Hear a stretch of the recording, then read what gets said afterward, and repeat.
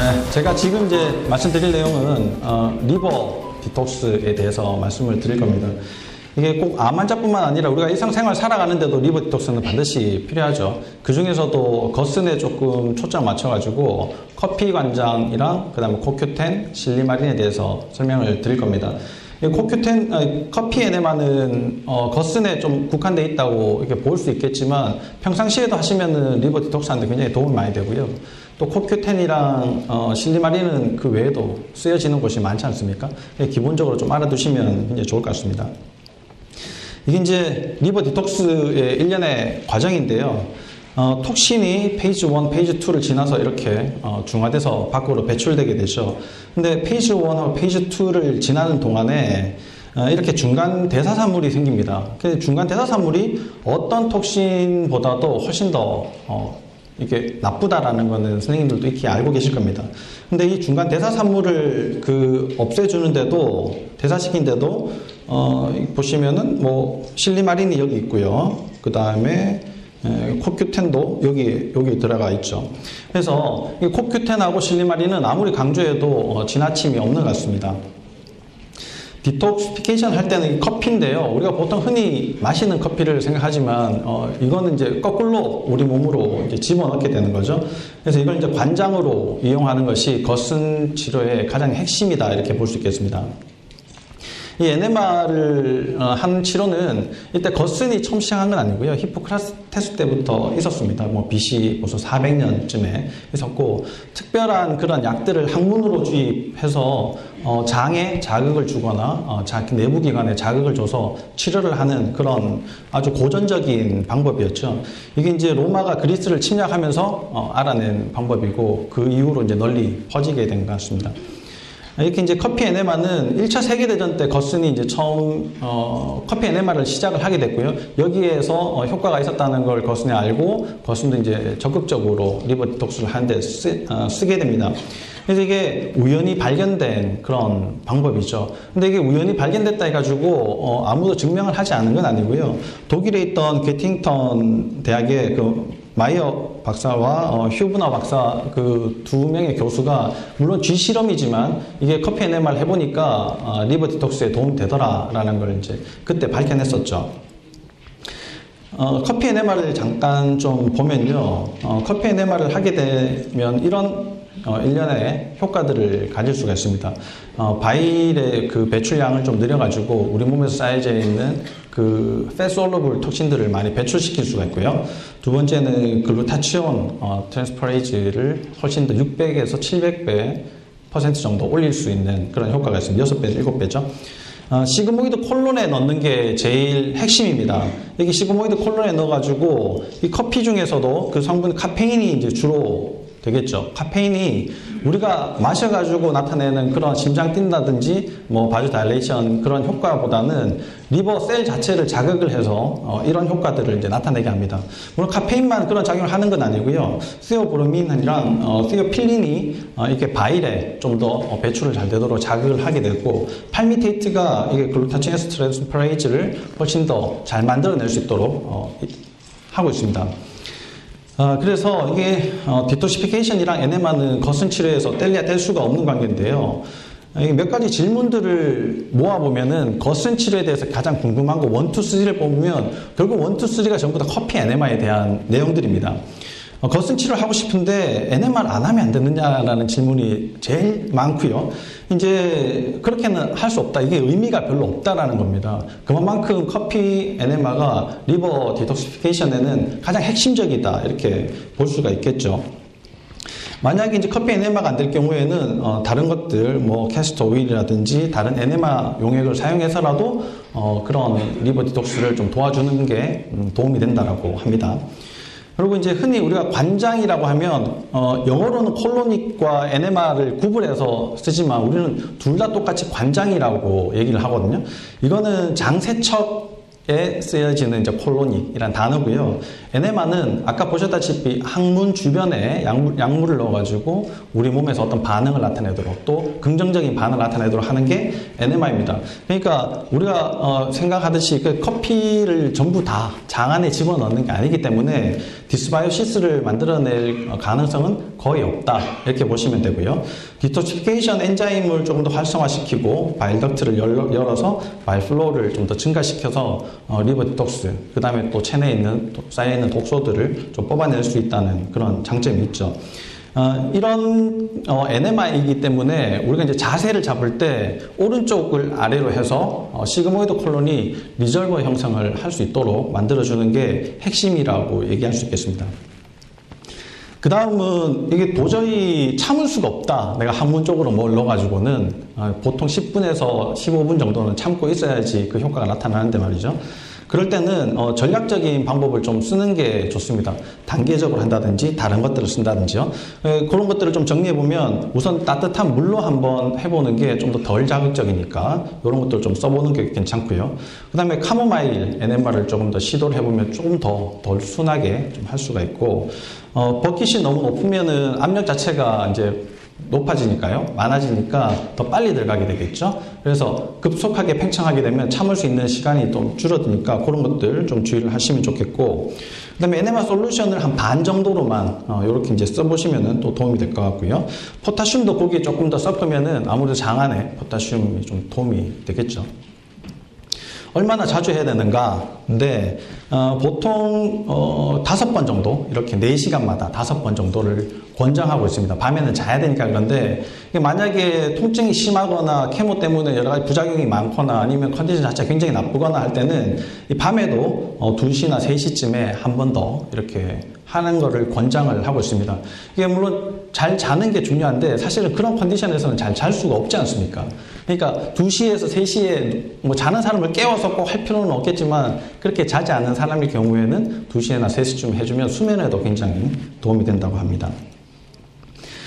그리고는 이제 이 리버를 우리가 치료를 하고 또 우리 건강을 위해서는 당신 리버를 먹어라. 네 간을 네가 먹으면 훨씬 더 건강에 도움이 된다는데 우리가 직접 간을 먹을 수는 없지만 그걸 이제 대용할 수 있는 그런 리버를 먹는 게 이거 오랜 시간 동안 그 우리가 내려오던 전통적인 치료였었는가 봅니다. 그 동양에서도 그런지 모르겠는데 서양 속담에 이제 이런 얘기가 있다고 합니다.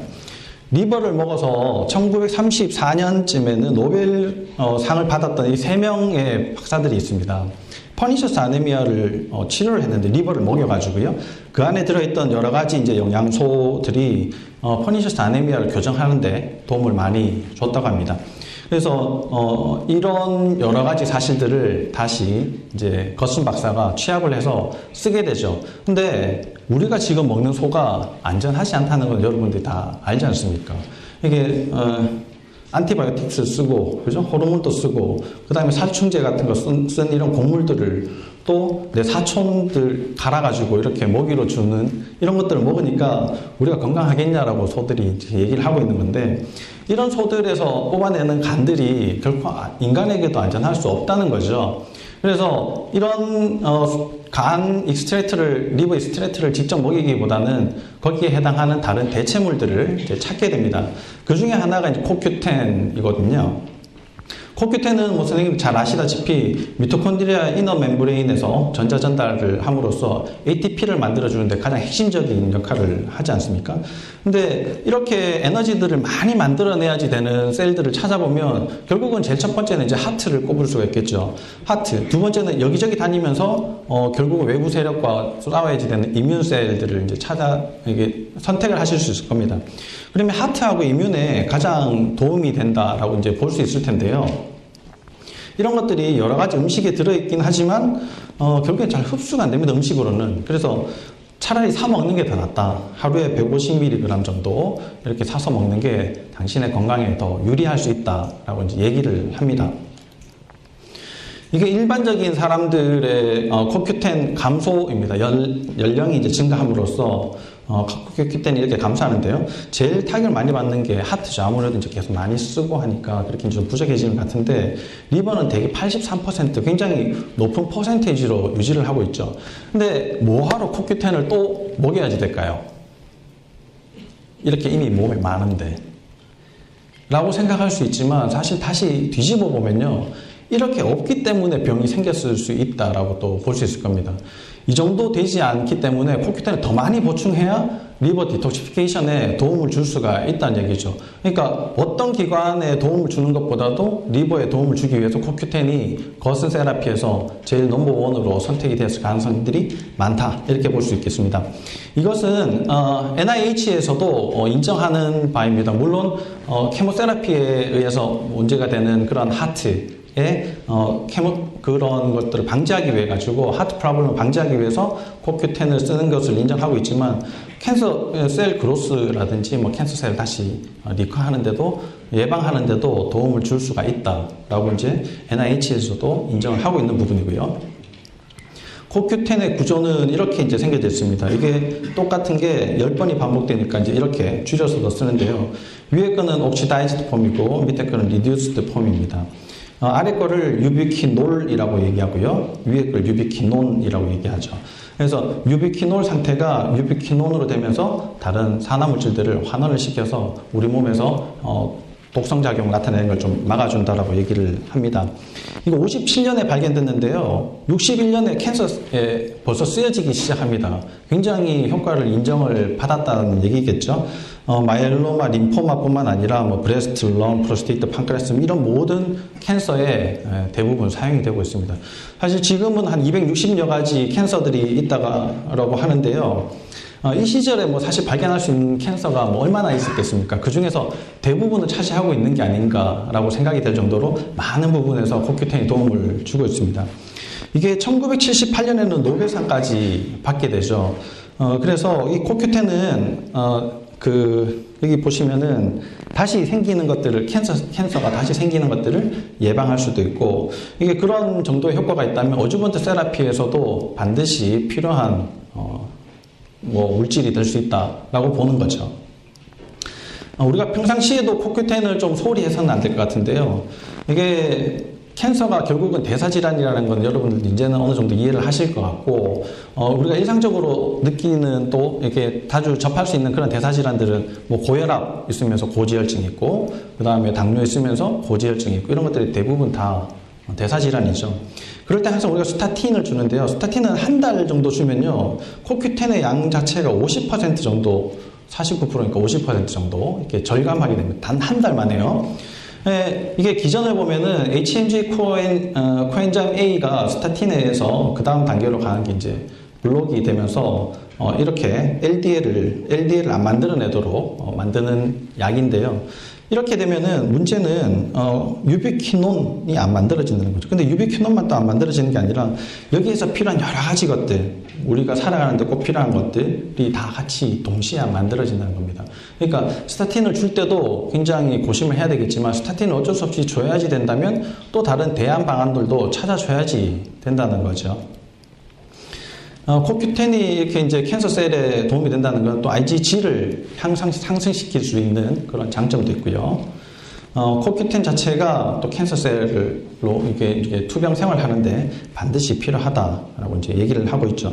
물론 여기에 나오는 케이스들은 각각 몇 개 되진 않습니다. 뭐 몇몇 케이스들로 90ml, 하루에 90ml를 줬다든지 390ml를 줬다든지 뭐 효과를 봤다라는 얘기고요. 이게 자체만으로 뭐 암 환자들이 이거 하나만 먹는 게 아니니까 이것만으로 효과를 따질 수는 없겠지만 많은 도움이 되는 것은 분명하다, 이렇게 보실 수 있겠습니다. 물론 뭐 사이드 이펙트 같은 것들도 좀 조심을 해서 쓰셔야 되니까 이런 환자들한테는 좀 주의해서 쓰시는 게 좋으실 것 같고요.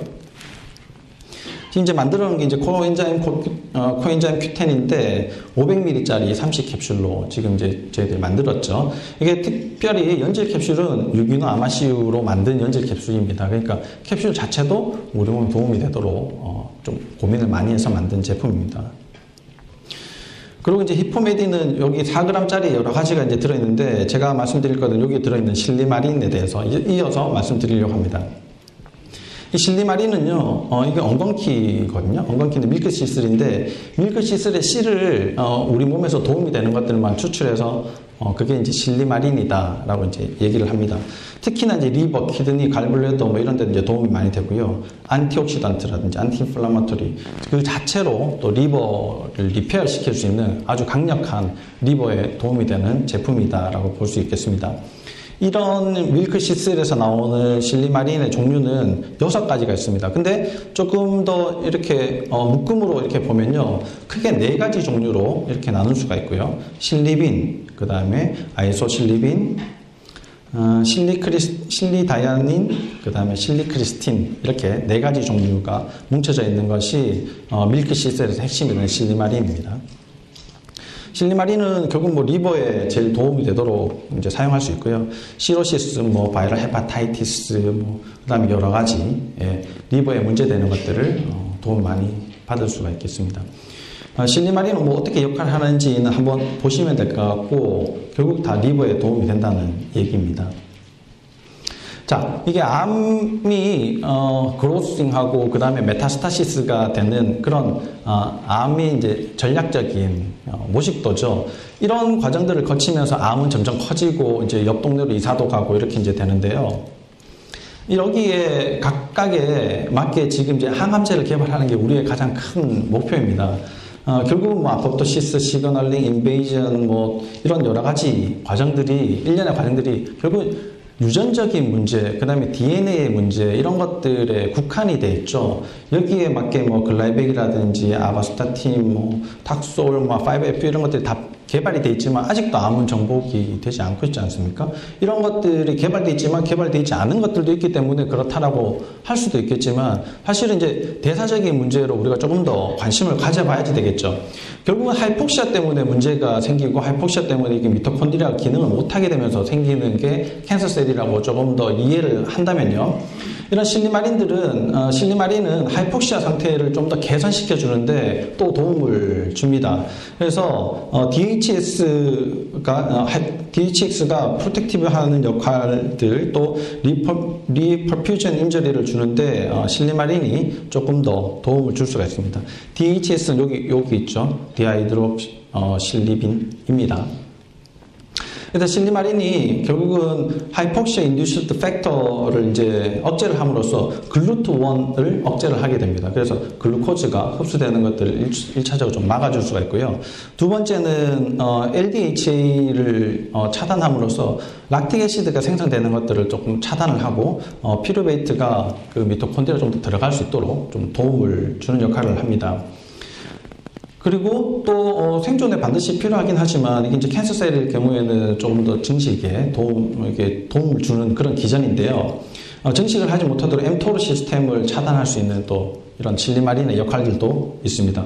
그러니까 우리가 캔서셀을 또 관리를 하고 또 캔서셀을 치료를 하는데 실리마린이 빠져서는 안 되겠죠. 물론 이런 대사적인 문제들도 있지만 그 외에도 사이토카인을 만들어내는 걸 억제를 시킨다든지, 셀 사이클을 우리가 정상적으로 돌려준다든지, 그로스를 억제하고 아포토시스를 향상시킨다든지, 카이네즈, 뭐 인베이즈, 메타스타시스를 억제시키고 트랜스크립션 팩터를 억제시키는 이런 좋은 역할들도 아주 훌륭하게 해내고 있는 그런 물질입니다. 그래서 제가 지금 말씀드리고 있는 그 커피 에네마, CoQ10, 실리마린은 반드시 이게 겉선을 치료하지 않아도 암 환자들에게 꼭 적용해 볼 수 있고, 선생님들이 평상시에 리버가 좋지 않다, 내가 문제가 있다, 피곤하다 그거 생각되시면 한 번쯤은 적용해 볼 수 있는 그런 방법이라고 생각됩니다. 감사합니다.